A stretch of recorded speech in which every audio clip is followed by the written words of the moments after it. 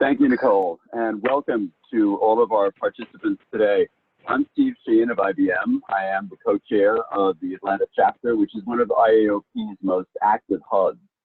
We serve a diverse audience of providers and advisors and customers across the Southeast, and we're delighted to see that we're joined today by many members of our national audience as well. So thank you all for joining us. If we could look at the next slide, Nicole. I think we have something on our, yes, what's next? After today, I did want you to make a note that if you want to mark your calendars, we'll be reassembling on July 18th for a webinar on the automation of contract management. Those are a couple of our additional upcoming topics in the fall, and we continue to actively seek panelists, presenters, and additional relevant topics that are suggested by our listening audience. Today, our focus is on the role of advisors. Advisors have long been an important constituency in IAOP. They comprise a third of our membership, and throughout our history, they've been a key voice in every conversation we've had about the critical topics in our industry. As providers, like me, we depend upon them to assure the impartiality of the competitive bid process and to keep the projects we're involved in on schedule. As customers, we look to them to familiarize ourselves with current market standards, to shape our expectations as to what we should expect from providers, and to help us to evaluate their proposals accurately and fairly. When my colleagues on our leadership committee in Atlanta and I sat down to plan our 2019 program, we reviewed our recent offerings, and we realized that while advisors had contributed to just about all of our panel discussions, our focus has almost exclusively been on issues relating to providers' offerings or customers' requirements.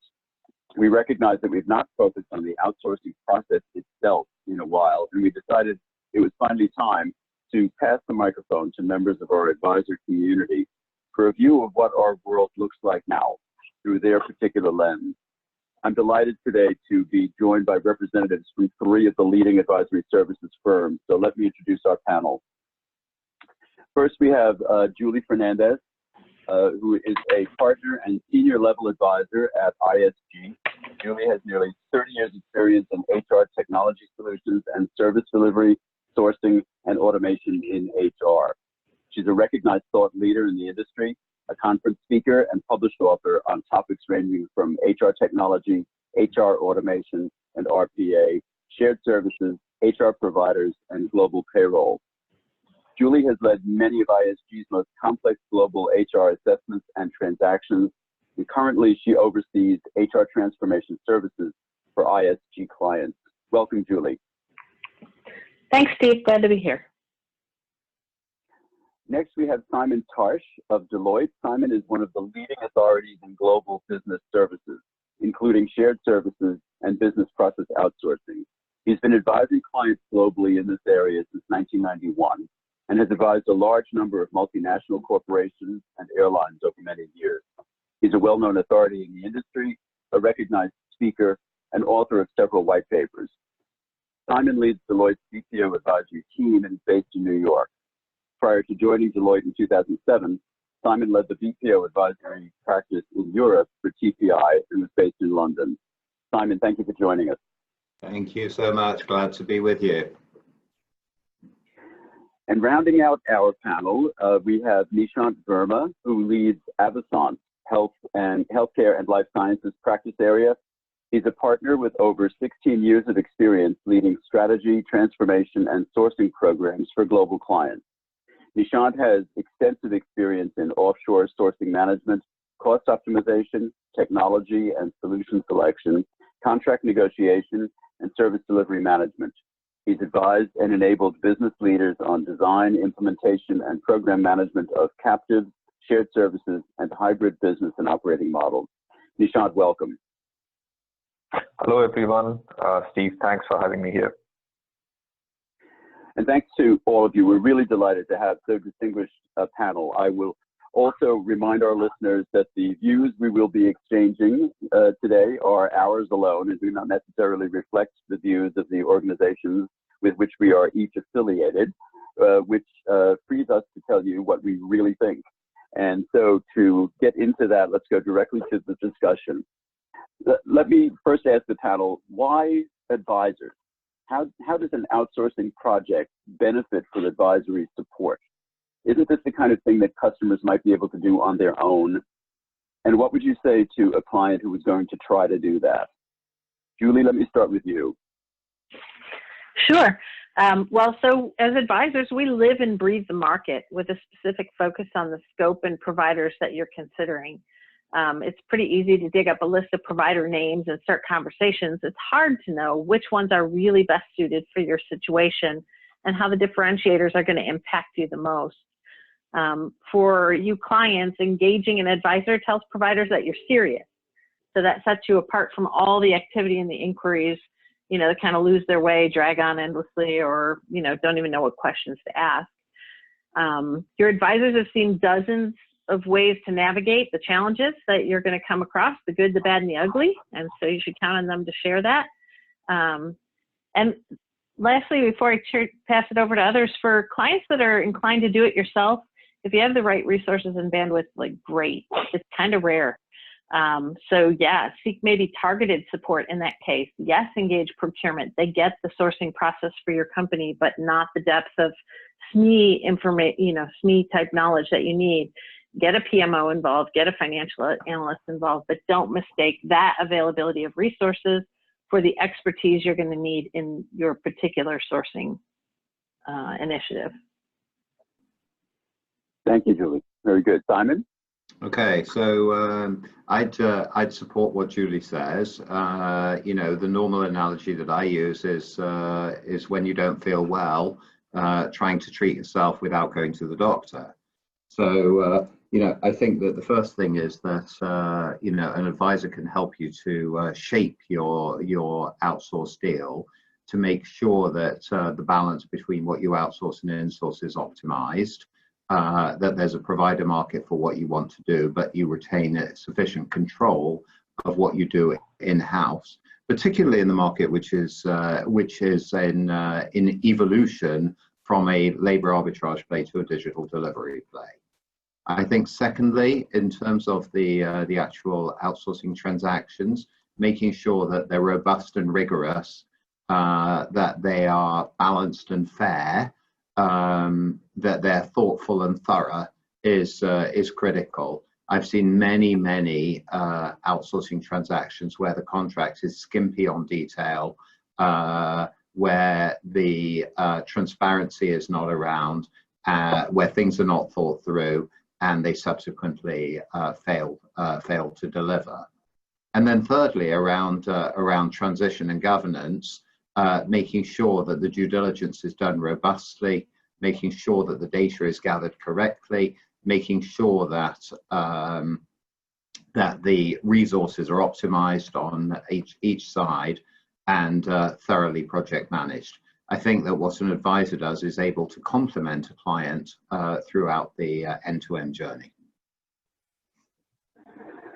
I think that's right. I think the expertise really matters. And to Julie's point also, just from a provider's perspective, I like to see that there are advisors on the scene. It assures me my client will be, measuring me to a market standard and taking advantage of all of the available information. And I think that effective providers like to see effective advisors contributing to the transaction. Nishant, let me add what you will on this topic as well. Thanks, Steve. Absolutely agree with all that Julie and Simon just said about advisors being critical to making the process rigorous and de-risking the client from any issues in the transaction. Just to add to that, I would also want to kind of add the aspect of having the right approach and strategy at the front end of the transaction. What we are seeing now is it's not just okay to just renew the same deal that you had 5 years ago.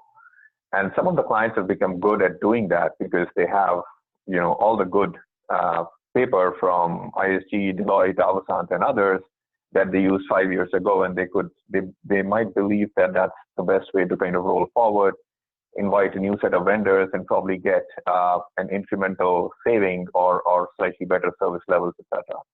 But as technology is evolving, as service delivery models are changing, the clients today need to take a fundamental view as to what that future state is going to look like. And it's not just like-to-like outsourcing, compared to what they've done probably 5 years, 10 years back. It's becoming a very heavy ecosystem play where you got to stitch together services along with platforms, along with automation, AI, etc. And you need SMEs, you need advisory help from experts in the space to help you create that future state before you even step into the world of RFPs. And I think that's where advisors play a very, very critical role today as well. I agree. I mean, I think the whole area that we all work in is becoming increasingly complex. And so it becomes much, much harder to do it without availing yourself of the kind of advice you folks provide. There's one other reason, and I think, Simon, you touched on this as well, that I really like to see advisors on the scene, is that there are many clients whose own internal governance, how they're going to make decisions about what a solution will look like, could use some assistance. And when there are advisors present, you are typically straightening out, even though it's not a main part of your service, but you are really acting as a corrective to whatever anomalies there might be in the client's governance process, pulling together the constituencies, because there are so many outsourcing transactions that touch more than one function within a company that might not come together, easily. And you always help us with that as well. So, all right, I'm persuaded. We need advisors. Thank you. Let me ask you about something. When you are engaged, when you're engaged, the relationship between the client company, the customer of outsourcing, and the advisors, we get, as providers, we get a chance to watch this and to see some of the challenges you're up against. It can be as challenging, I think, as just managing a stable of competing providers. I wanted to ask you about your experience with that, of working with clients who may hold views of what they want in an outsourcing project that are different from your understanding of what best practices are. And can you describe how you resolve your differences? How do you nudge them into an appreciation of your recommendations and what the best practices these days really are? Julie, I'm going to start with you again. Yeah, sure. So this happens to advisors all day long, right? And first, as advisors, we can kind of tell you what best practices are, and we can tell you what providers will or won't do, and we can tell you what's too expensive, to really be a realistic solution. But oftentimes, let's face it, you're unlikely to embrace it if that's where your head's at, even if you've hired us to tell you, right? So there's an evolution of how these things play out. Once you've heard several providers tell you the exact same thing, then it starts to make some sense. And sometimes folks, hear a little bit more. Maybe it gives it more credibility. But ultimately, since you're the client, we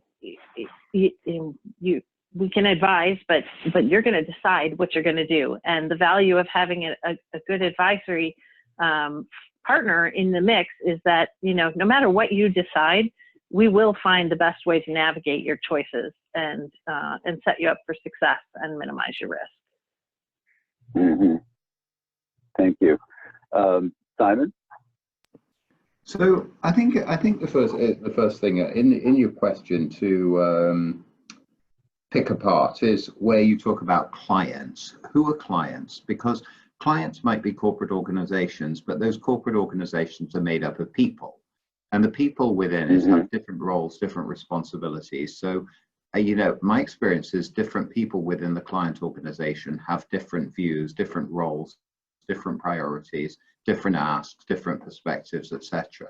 And I think the skill of an advisor is to bring those together so that you get a cohesive view within the client organization of what a particular position might be that optimizes the client, where the degrees of freedom are, where the degrees of compromise are, etc. I think that's a key thing. So, for example, I've seen at a program level the operational level, I have seen a desire to do things to a particular time scale, just because that's what that program manager is incentivized to do. Where to develop the a program which is in the client's best interest might take longer and cost more. I have found that having sponsorship from the most senior level executives is helpful in these type situations. Second example I've seen is where clients select legal counsel that doesn't have the experience that might be required. I had a recent example where a client used an IP lawyer to advise on outsourcing who'd never done outsourcing before. And, we did advise the CFO to replace legal counsel. The CFO was actually thrilled with the recommendation, but we did have to get over the hurdle of internal counsel who was friendly with the IP lawyer. So I think managing the stakeholders, the internal stakeholders, is really important. Yeah, it's true that, and they may have different objectives for what the entirety of the transaction, really is. So we've discovered that as providers, you always run a zero in when you're just mapping out your strategy for how do you have a successful dialogue as to, well, who is my buyer for this? But what I find is that there are different people buying different things and wanting very different things from the same transaction. And reconciling those in a solution is tricky enough, but you guys have it before we do. You have to reconcile it in the governance and the actual, project management. So, Nishant, what about you? What have you been doing with client wrangling? Yeah, so completely identify with all the situations and anecdotes that Julie and Simon just outlined. I mean, in these kind of range from, at the leadership level, sometimes we see biases for or against certain service providers. Sometimes we see the propensity to use an engagement model or construct that was successful in a leader's previous organization 10 years back, because that was the template of success that they saw and experienced in a very different circumstance. Sometimes lower down at the operational level, we see the propensity of a client team to try and dictate the service delivery solution and try to dictate the how of delivery rather than focus on the what and the outcomes. In effect, then negating the very reasons why you wanted to get external expertise and best of breed capability to the table. So, I mean, we end up having to deal with a multiplicity of these challenges on almost all large complex deals. A few things that have worked well to kind of help resolve. I mean, I would absolutely agree with Simon on that when he says, taking the leadership with you. So having that top level sponsorship, and then also with that, when we do see a client leaning very heavily down a road that would not lead to success or probably involve too many risks. Sometimes you've had to even, just logically project out that path for the client and spell out all the risks, all the value leakage avenues in those circumstances, and kind of then provide them experiences of how things have changed, why it worked before would not work now, why this was a valid evaluation in a different scenario, but it is not right now. So we need to almost break it down to the very basics and build the argument grounds up. Mostly though, I mean, we see clients who've already embarked on a journey which they understand is critical and risky as well. And they know that there's a reason that they have brought advisors in. We've always found the clients very receptive and supportive. But yes, that dialogue and that consultation is required. And, we need to make sure that we are trying to address the right level of leadership for the right level of decisions through the process. It's just a reminder that it's one of the things that makes our business so interesting is that no two projects are alike. But that there is a commonality of some of the challenges that you find from deal to deal, if you will, from opportunity to opportunity. And they all relate to, the people that we're working with and how we make sure that we're satisfying their objectives and reconciling their objectives when we need to. So it's very interesting stuff. I'd like to move to a new topic because I very much wanted to invite you to talk about innovation. Those in our audience who are regular listeners of our webinar series know that we've often included a focus on innovation in our conversations about all kinds of different topics. We've pointed out that innovation in the outsourcing industry is typically associated with the new technologies, with the new artificial intelligence and cognitive tools that are driving really significant advances in cost reduction and user experience and in provider capabilities. But we've also said that innovation is equally important in the other major components of any outsourced solution. So it's not the technology, it's the people or it's the process. You are a process expert. What you do is you manage one of these journeys for people and the outsourcing project itself. And you all have multi-year experience in advising us on how to outsource. Tell me what you can offer your clients, just in the way what innovation has occurred. What can you do today that you really didn't have available 10 years ago? And what innovations have been important in your practice of just applying the art of providing advisory services? And Nishant, for this one, I'm going to start with you. Thank you. Some of the most critical innovations that we are seeing change the dynamics of client decision making and also the profile of these are automation is a big one out there. A lot of core platforms are becoming leaner and more agile that change the nature of what we are trying to outsource and also the way we are engaging the outsourced service providers.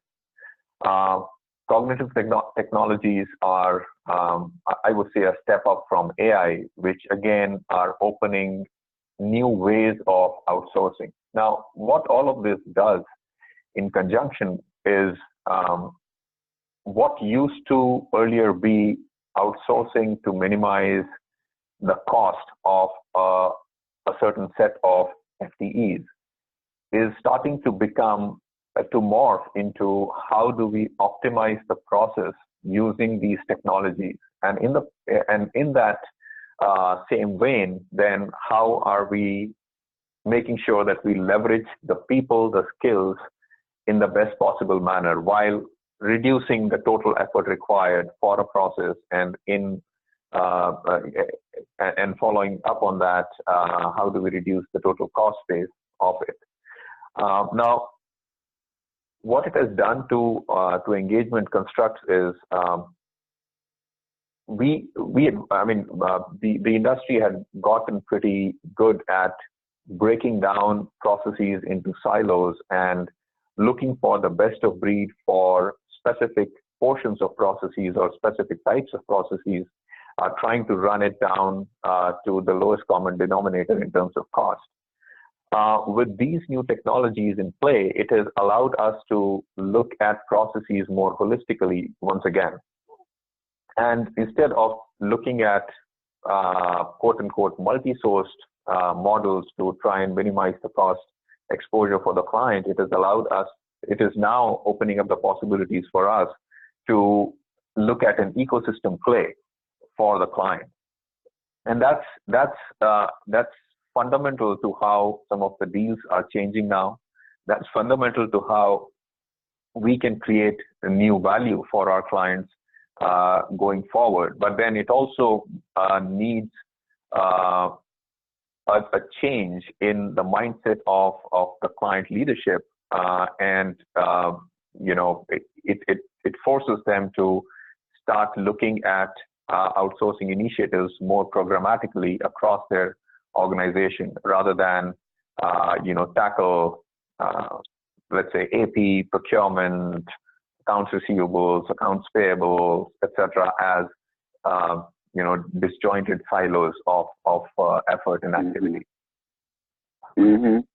Right. The tools themselves are helping us knit together those infrastructure elements. And so the solutions that sit on top of them that are enabled by them can be a little more seamless as well. But you're right, it changes the way you should be thinking about them. And that requires an innovative approach that wasn't available to us before.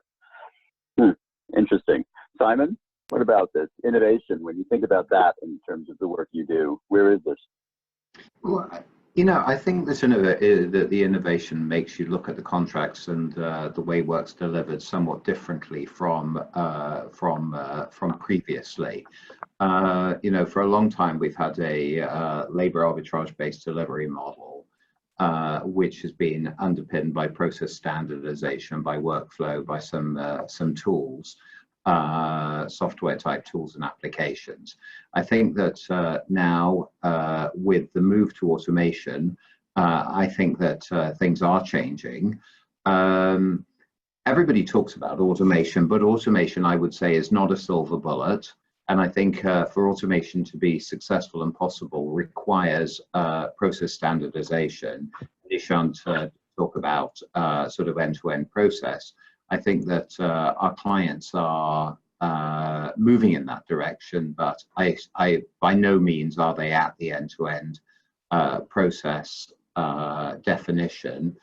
But I think it's also causing a spotlight to be shone on what processes are actually outsourced and what's kept in-house, and that balance between outsourced in-house and that balance between onshore offshore, I think, is changing.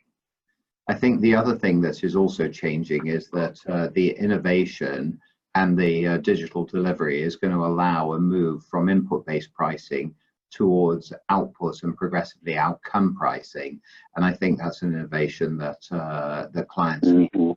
I don't think they've adopted it yet, but I think it's in the process of moving to adoption. And that will be such a fascinating journey. I'm really looking forward to that. I can remember years ago being having interesting dialogue with a client who was buying talent management services and looking at education, and particularly Salesforce education, and wanted the payment schedule to be based on sales success.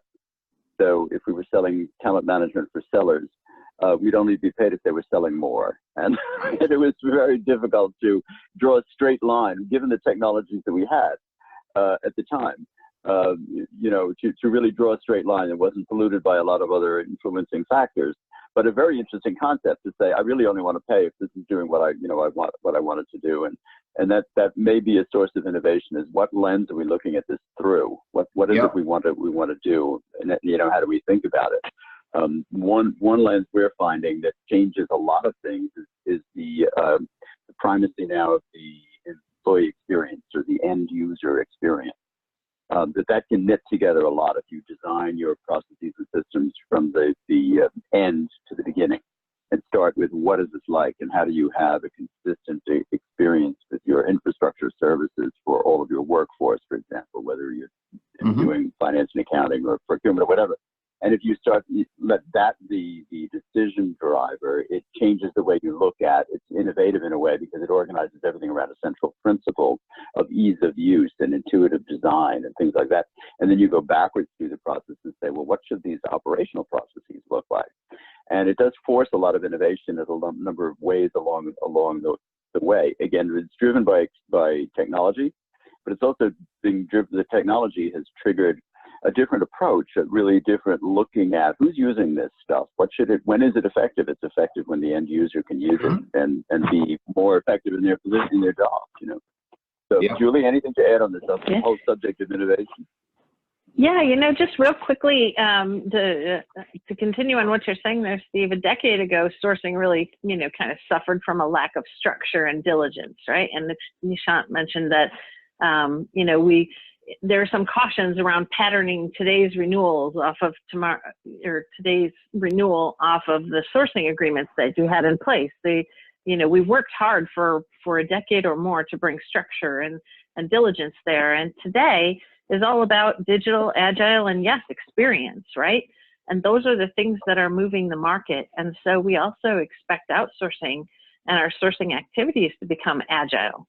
And the M&A activity is, then just furthering that and pushing that envelope further. So folks want to do things and they want to move faster, and yet they still want to have some diligence and structure around that. So, you should recognize that there are now new methodologies that advisors are using to approach the same level of rigor and the same value in the sourcing that you're doing, but to be able to do that in an agile way, to be conscious about the experience and to be conscious about, the pace of change for the digital market. It's all impacting how we do these things, for sure. Mm-hmm. And think about, just to close out this topic, areas that could benefit from innovation where there isn't a lot occurring. And I'll give you my own favorite pet peeve of where I'd love to see more innovation and really try to do this when we can, is in the whole contracting arena. Sometimes we'll have like a really visionary solution that's enabled by the very latest technologies, and then you try to codify it and create a relationship around it using terms that were written 10 years ago that don't really reflect the nature of the exchange. And it's like, wait a minute, this is a mismatch. How come we haven't been innovating over here in terms of how we come up with clever contract solutions to the measurements challenge and the efficiency challenge and all of some of those other things? But have you run into any where you look at it and say, gosh, this really is, here's an artifact of the old world?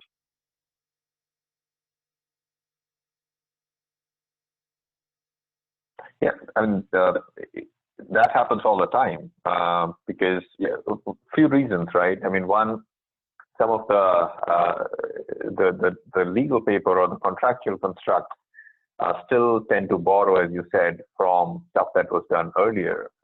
Another way it manifests is the client organizations are sometimes used to tracking certain metrics which they've been employing for their current or previous relationships with vendors for similar outsourcing agreements. Sometimes they use similar metrics to track their own internal performance. Now, when we try to take a fresh look at it and try to disrupt some of that, bring innovation in, it's not just a question of putting a new concept on the paper, unless that change in mindset percolates through the organization and everyone gets on board with looking at things in a different way, measuring different aspects of a service delivery, measuring to a new set of outcomes and forward-looking business imperatives.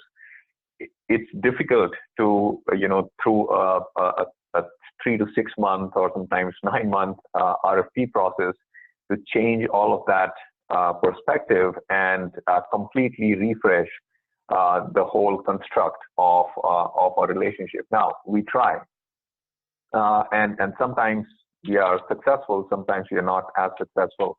But I think that's a whole maturation of a whole other maturation that needs to happen. Now, technology is obviously moving fast, and that's enabling a lot of very elegant solutions. But this has to do more with a mindset change within the stakeholders, within even some of the advisory community, some of the service provider community as a whole, before we can really see radically different contractual constructs which match up to the more modern solutions.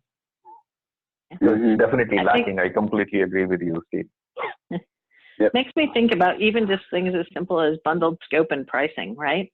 I mean, Simon mentioned earlier that yes, things are coming together in new and innovative and different ways, but the old ways that scope was bundled and priced, and the limited amount of visibility and granularity to piece things together, it is not a great way to approach sourcing these days, because the environments are changing so fast, and it's just foundational to all of the contracts is how you're bundling and pricing things. Right. Yeah, and it's funny because some innovations in one area can drive innovations in another. I was, one of listening to a story this week about Now, the new generation doesn't like to own things, they like to rent things. And so it's changing industry, right? They rent everything from cars, furniture to, it's a different model for acquiring assets or, having usable assets. And in our own industry, the holy grail was sort of like, I really only want to buy it exactly what I'm going to use. I want a service bureau model available to me. And the technologies, the way they're evolving, should be making more and more of this possible for providers who have the scale to be able to deliver them. If they're not too particularized services for smaller clients. But again, it says, well, I have innovation over here, but we haven't quite figured it out over here with pricing methodologies or with delivery mechanisms or other things. So it's constantly rich area when we think about innovation and what some of the challenges are ahead. One of our audience members has asked a question as it's related to innovation and what innovative technologies like cloud and IoT are impacting the construction of the outsourcing engagements themselves. So, and I think when somebody talks about the cloud technologies, I think for us that often means the whole idea of buying things on a subscription basis. If you're able to do that more effectively with the cloud technologies that are designed to facilitate that. But what experiences have you had with the cloud technologies or IoT that you see impacting the outsourcing engagements you're working on?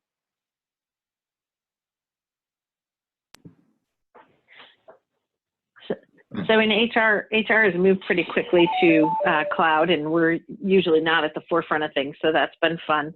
But just from a contracting perspective, Workday and others have kind of set some of the expectations around subscription-based pricing and a much more limited amount of change or flexibility.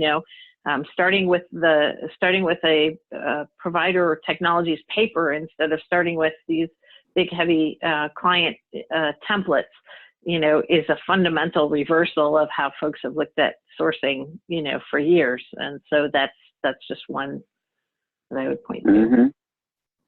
I think to add to that, right. Mm-hmm. Go ahead. Sorry, go ahead, Steve. No, I was just going to say there's the whole concept of something not being customizable but being configurable within limits. It's exactly that. It's saying, yes, you can have the flexibility of scale, but you can't. It's not going to be so particularized to you that we can't use it broadly. Yeah, go ahead. Yeah, I mean, I'm not sure that I'm completely aligned with the idea of moving to something which is very standardized off the shelf. I think within HR that might be more the case. I think in finance, particularly in large corporations, it's it's much less the case, and I think you still need to have bespoke rather than off the peg.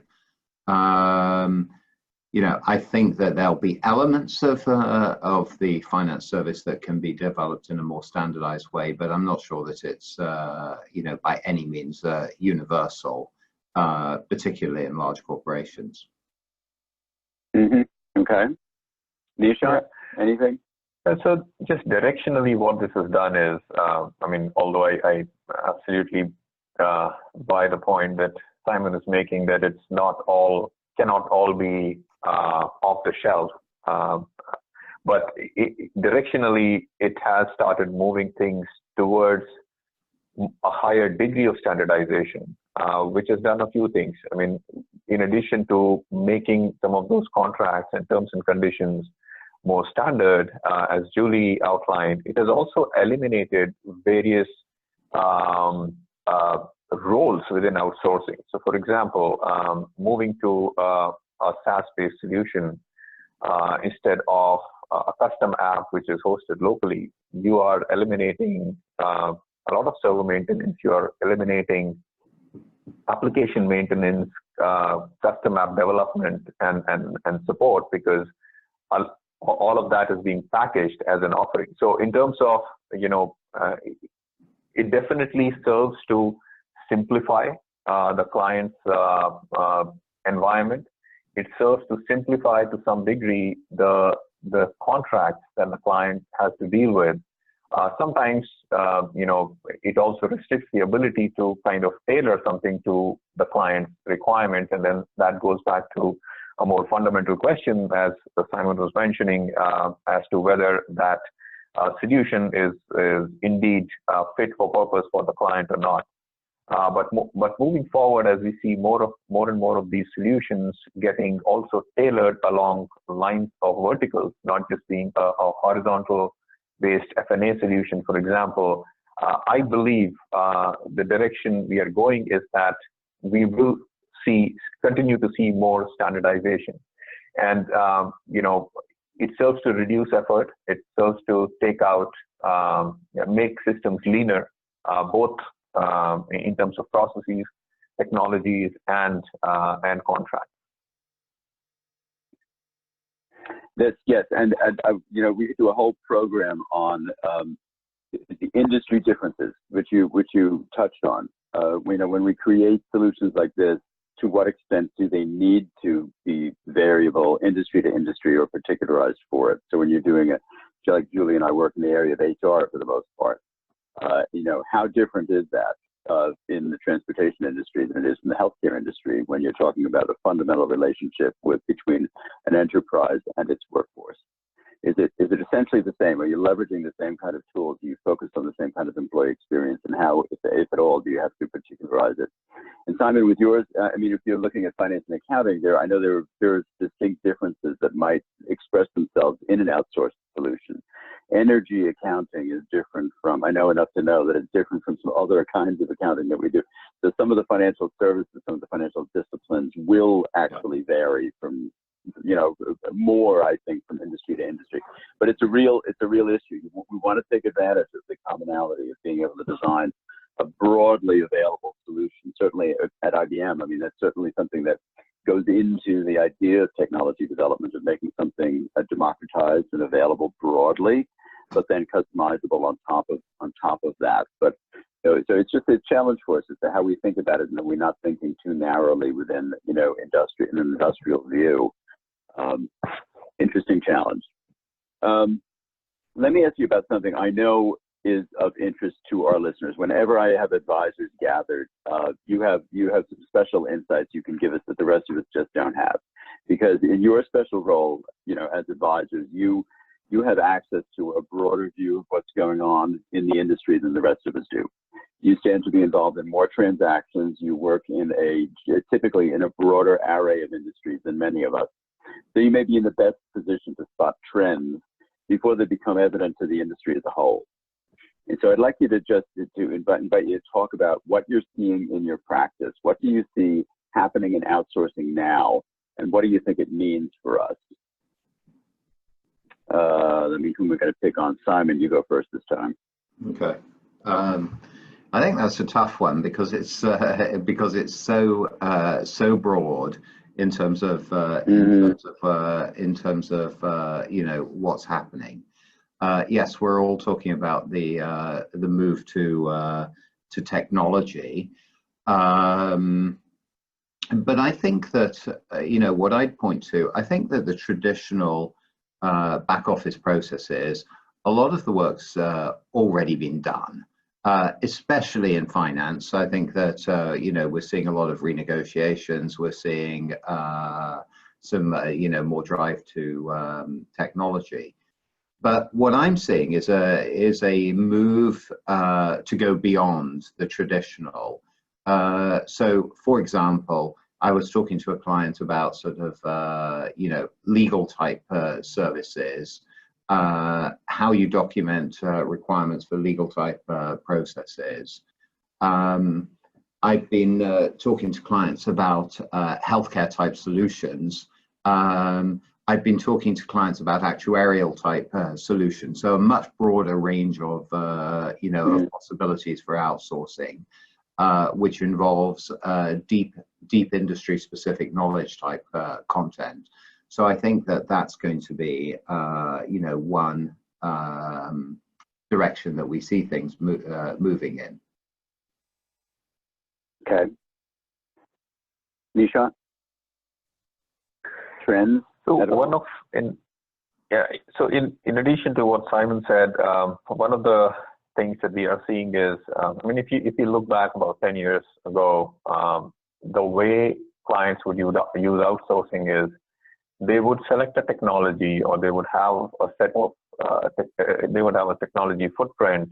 They would outsource the maintenance support of it. They would outsource some elements of development of that technology.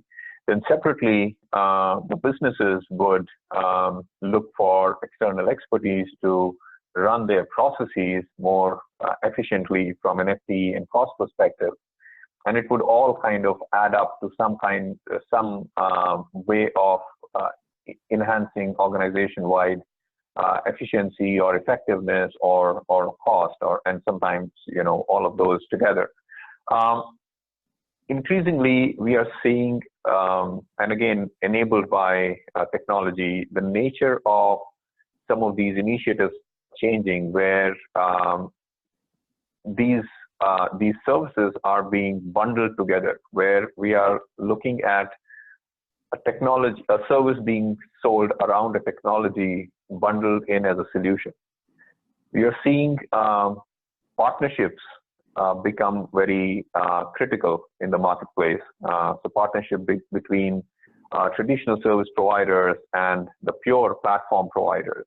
A lot of traditional service providers are actually acquiring platforms and or partnering with platforms, and that is providing them the ability to bring you know, fully bundled solutions to the table, which the clients are more open to today, as you know, they are starting to, and again, it varies by industry, of course, but they are more open to looking at that holistically today, which changes the fundamental nature of the deal. It changes the nature of how you evaluate service provider propositions, what you evaluate in there. Apples to apples, for example, which used to be the mantra of outsourcing, is becoming more and more difficult and probably not as relevant going forward, because two value propositions on the table trying to address the same problem could come at it from a very different solution perspective. And we got to be able to then collaboratively assess what the unique values are and be able to put that in perspective for the client and help them make the decision. So it's all becoming a lot more exciting now. Yeah, for sure. I agree. I think the whole concept of the platform, which is, you know, organizing your technology into layers, you know, and have something that can be extremely varied in terms of the applications you can pull out of it, but it's a stable platform that has all of the capabilities in it. That's something we see as something we're promoting, of course, but also seeing as, you know, the adoption uptake. And I agree that is going to change a lot of what people will try to outsource, a lot of the scope of what they'll actually look at, and I think it also enables innovation going forward in the future, because you're able to swap out elements of a platform to create innovative enhancements as you go along around a fundamental flexible architecture, which makes for some very interesting possibilities too. Julie, anything? Go ahead. Yeah, you know, to even be able to look out and advise folks properly in the market is requiring us, you know, to have a much broader span of understanding of parts and pieces, and Nishant said stitching things together, right, in this right. environment that's moving so fast. And at the same time, we are expected to have a deeper depth of SME knowledge, as Simon mentioned, otherwise, you know, it's difficult to really be able to understand whether the things that you're contemplating are going to fit the situation or the client's needs and really make a good pairing, right, out in the market. And I think it's that complexity that many of us get excited about. What I find interesting from a trend perspective is, you know, folks don't realize that who has your ear in your situation really can make a big difference in how you're approaching your solution or how you're looking at what you need in the market. So, you know, maybe everyone wants to focus on experience and drive a good experience. That's one of the big tenets that folks are looking at now. But there are many ways to do that. And sometimes it's not what cloud platform do I buy? it might be which technology lever do I even use as primary to drive my experience or optimize my process. You know, I can choose from cloud platforms, I can choose from experience layers, I can choose from automation, and you know, if one or the other or I can have a provider, right, do that for me because I don't have the bandwidth to do it. So so sometimes folks are headed down a certain path because they understand that they can achieve an objective by buying something, and yet they might not be able to, you know, readily look out a little bit more broadly and say, okay, but is that what I should be going out and procuring? Or, you know, how do I balance these different categories of things to really create the result and the optimal solution that I'm seeking? And that's what makes this just fun. It's a fun time to be in the market. I totally agree with you. It's a very fun time because clients do have these dilemmas. They want innovation, but you know, and I've had both. I've had conversations with clients where they say, "Look, I'm already transformed. I really just want to do this. Don't overburden my project with a grand vision. I think I'm on my way." And I have others who say, "I don't know where to begin. I mean, I have a vague idea of what my end state should be, and I need some help in just designing a transformation roadmap to help me get there." And you know, Steve, Darshan asked asked the question about how we stay ahead of the curve, and what's fun about being an advisor in this ecosystem is, you know, we see so many different ways, and in the time that any particular client might, you know, take 6 or 12 months or go through a 12-week evaluation process, you know, we're seeing tenfold that. And every client, you know, has different things to leverage and is running in a different direction. And so it allows us to see, well, what happens when you run down this path, and what happens when when you leverage this other path, and we can see and absorb and learn that. I feel as an advisor, I can see and absorb and learn that, you know, tenfold or 20-fold, you know, what I could do if I were, you know, calling the shots in any particular organization. Mm-hmm. I've seen it also lead to an interest on the part of clients in what I would say is called future-proofing their solutions. They can see the innovation happening so rapidly in the marketplace that to sign up for a solution that might be outdated in another 18 months by some brand new cognitive capability that comes out is frustrating, and they want a way to be able to design their partnerships to allow ongoing innovation, even if it's radical, the kind of radical innovations that these tools are enabling, to come in and help freshen the solution as it, and you know, and of course it challenges our contract people to be able to come up with things like that, with mechanisms that would allow us to do that, to keep our outsourcing partnerships as vital and vigorous as the marketplace itself, to really be able to keep pace with what technology is making available to all of us. So a very, very exciting time. I do want to, I'm conscious of the time, and I want to make sure that I give you each a chance to do what you do best, because you are advisors, and I wanted to make sure that before we close, I invite you to advise us. I want you to think about, just from a customer's point of view, what could customers of outsourcing be doing better? If you could offer general advice to the customer community, and some of them are on this phone, where do they most often stumble? What are you looking at? What do you wish they knew better than they sometimes do now? So how would you help customers not make some of the mistakes that they're making? Nishant? Thanks, Steve. One of the fundamental things I would advise customers to do is, in this environment, just approach this initiative with a more open perspective, because the opportunities to add value, the opportunities to make the organization more effective, and even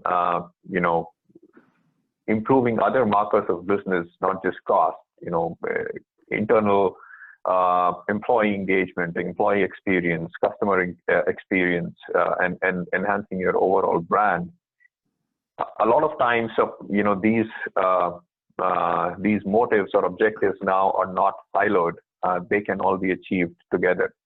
So just keeping the vision open to what is the art of the possible is very critical. Two, and you alluded to that, Steve, a little bit earlier, is the vision of the end state. It's very, very critical, therefore, to have or to craft a clear vision of the end state before embarking on a particular buy of a technology or a component of service. I mean, it's like buying a cell phone today. Should I buy one today, or should I wait another 6 months because there's this new chip coming up which will add some more functionality, or should I wait another 12 months because 5G will come up, right? So it's made the decision making even more stressful, as you were just alluding to. But creating that end state vision of what we are trying to achieve, what are the business imperatives that are critical for the organization to move forward with, can clarify some of this and help prioritize and provide a path to creating that innovation ecosystem, which will enable you to keep utilizing technologies and new solutions as they keep coming forward. But then it cannot be done if you just try to renew the last outsourcing deal that you had. Then another thing that most customers can do better is drive cohesion between their constituent departments and functions. Again, to some of the discussion we had earlier, there's the opportunity to create more value across, taking a more cohesive approach. And so you need to lay more stress on a programmatic approach to your outsourcing initiatives. Okay, excellent. I know we only have a few minutes left. Julie, what could we be doing differently? I'll just say, I would say make fact-based decisions. Know what's material and what's not, and understand who has your ear and how they're motivated, and where their point of view comes from, because there are many different lenses to see this through. Okay, thank you, Simon. Well, what I see that clients can do better is they can think more sort of broadly. What I see is clients are very willing to engage at the beginning, particularly where the transaction happens, the sexy part, but they're much less willing to engage in the transition vendor management, and that's where I see the deals going belly up afterwards, because the implementation, the follow through, is not where it needs to be. So I think that's one thing, and I think the second thing is all around management and getting buy-in from stakeholders, getting stakeholders engaged in the transaction. Okay, all right, you heard it here. We're just about nearly out of time. I really want to thank our panelists. I could go a whole nother session with this panel. I have many questions I never got a chance to get to. I want to thank you guys for sharing your views with us today. And I want to thank all of our listeners for your attention and engagement. I hope you'll respond to the invitation you'll receive to provide feedback on this program, because those responses are very helpful to us. And I also hope that you'll join us again next month and mark your calendars for Thursday, July 18th, when my colleagues from the Georgia Technology Authority will be bringing us a program on the automation of contract management. So more innovation, more news of innovations in the Atlanta chapter. When other chapters take off for the summer, we just keep right on going. And you are here and being part of it. So thanks, everybody, and have a great day. Thank you. Thank you, Steve. Thanks, everyone. Thanks, everyone. Thank you. Bye-bye.